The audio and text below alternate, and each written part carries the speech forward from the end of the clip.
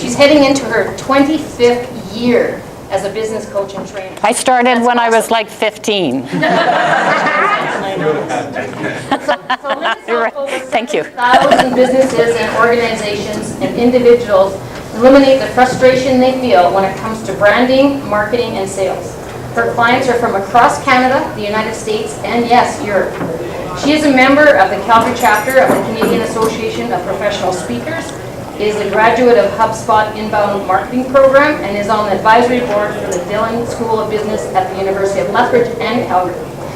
When she isn't working, she loves to travel, and her husband can notify that. Darcy loves to travel, primarily on a bicycle in Europe.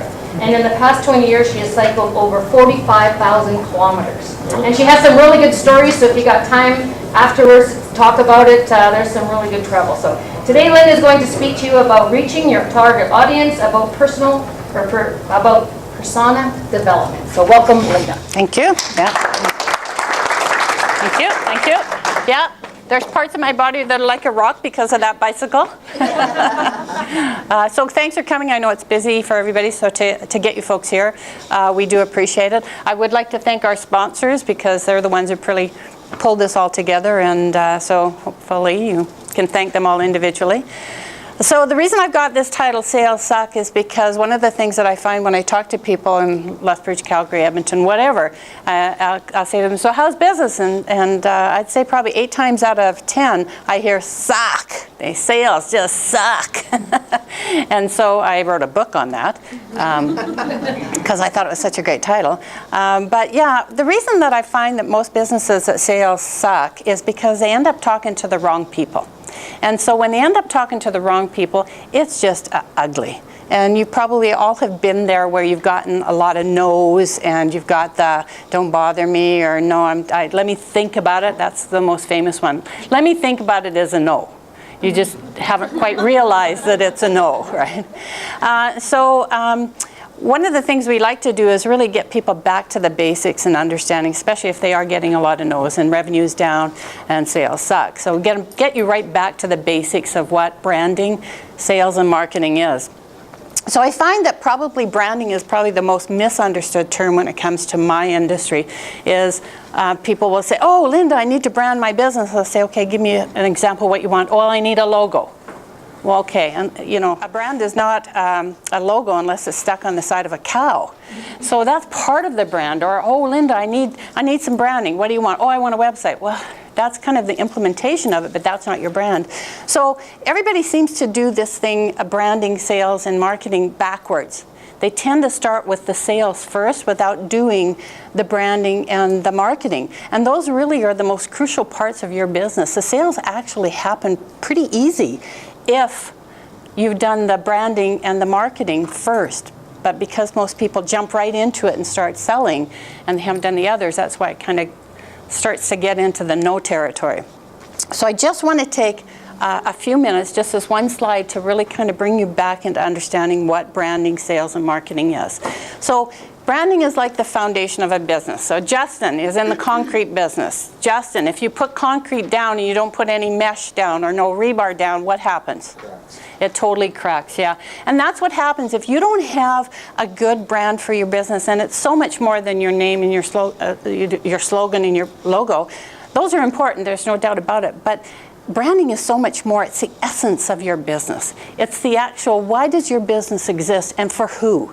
And the more details you can get on that starting phase, the better it will be. Because as soon as you put something on top of that foundation, which is your marketing, and your marketing is really all about driving demand. That's what marketing is, it's driving demand. So if you try to put that frame on that house on top of that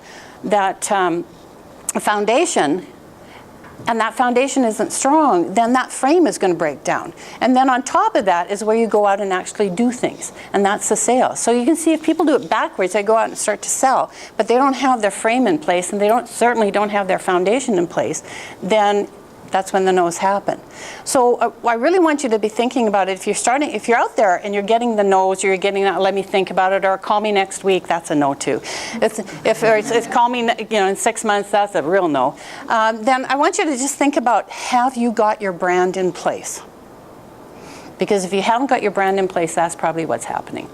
So what we're going to talk about today is developing personas, and that's all about developing your target audience. And that's really just one aspect of your brand, but it really needs to be in place, because if you don't have your target customer in place, and don't tell me everybody's your customer. Thank you very much. Yeah, everybody is not your customer. Even if you've got billions of dollars, Nike says everybody's our customer, but there's still a whack of people out there that don't even understand the Nike products and the quality. They don't even understand what Nike means. So unless you've got billions of dollars, folks, you can't talk to everybody. So the more you can define your target customer, the better it is. And that's what we do with what we call persona development. Now, I'm not going to ask anybody to put up their hand, but I think there's some people in the audience that are probably going, I don't know what you're talking about with a persona. And you are not alone.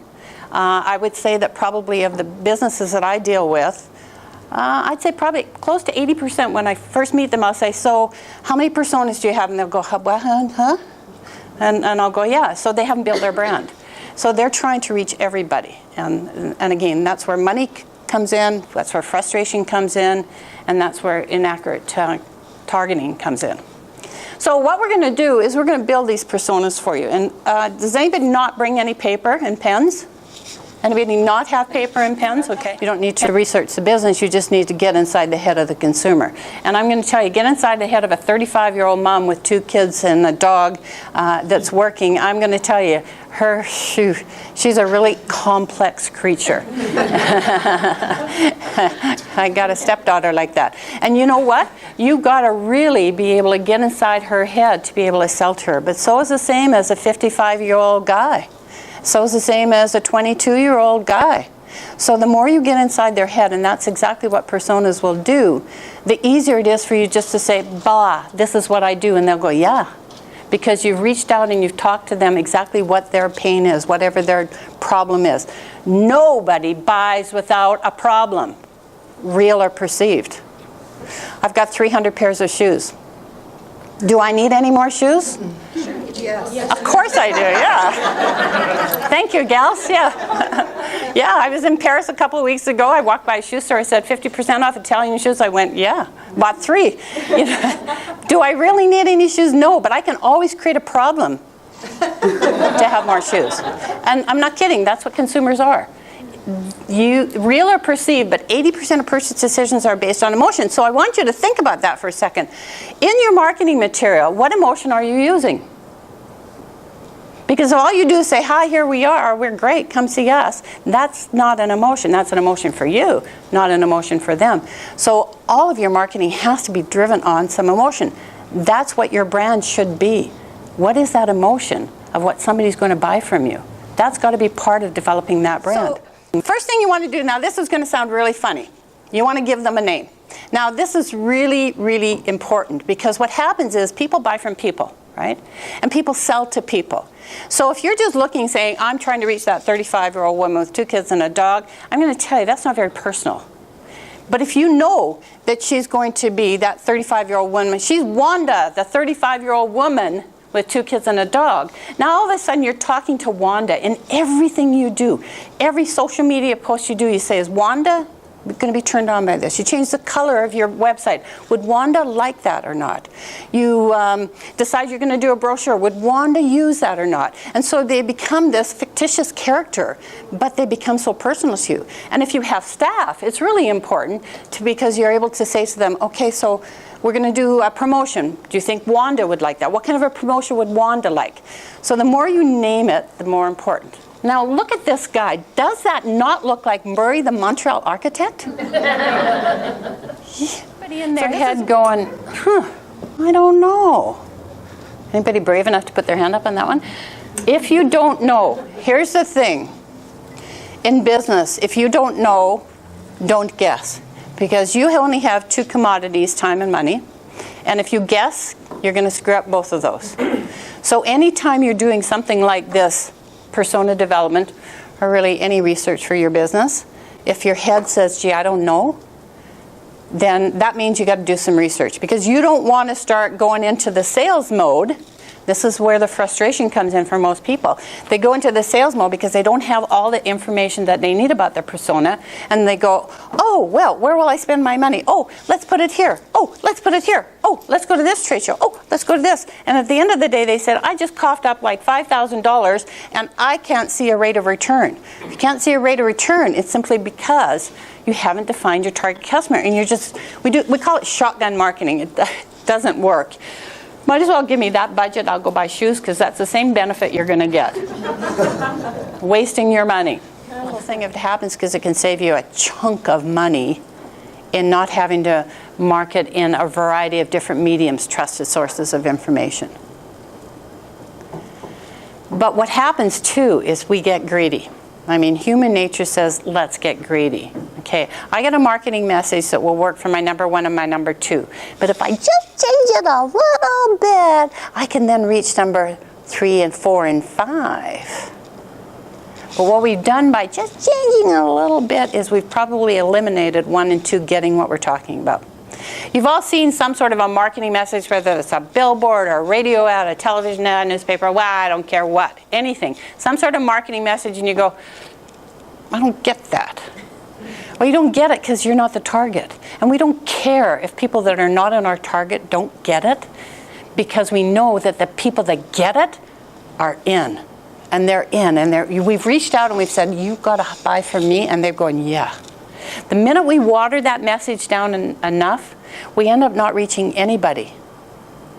And so what happens, we miss those 1 or 2 people that really we can reach that message. And really, folks, if you do this right, you never have to go to the general public. You don't have to put an ad in this medium and that medium to reach the masses. You don't have to, because you can narrow it down that there's other ways that you can reach people. Trusted sources of information, one of those sources is your sales team. If you're a sales, but a lot of people say, I don't like that sales part. Anybody in the room, I don't really like that sales. I don't really like going and talking to someone because they might say no to me. Well, they're only going to say no if you're talking to the wrong people. If you do this exercise, they're not going to say no, because you reached out and figured out exactly what makes them tick.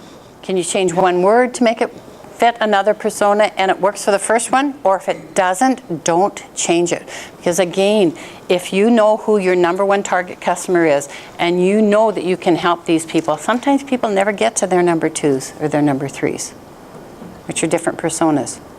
You still have them developed, because you want, if number 1 stops buying, then all of a sudden you're going to have to flip gears and go to number 2. And this kind of exercise takes quite some time to be able to develop those people and start to make those contacts. So you don't want to, like oil and gas, is like, oh, we just got out in the cold, we don't even know what to do now. You want to be able to say, okay, we just got cut out in the cold, let's go here, let's go here, or let's go here, because you've already got those at least 5 personas developed. The next thing is set a budget. Don't tell me you haven't got any money. That's just dumb.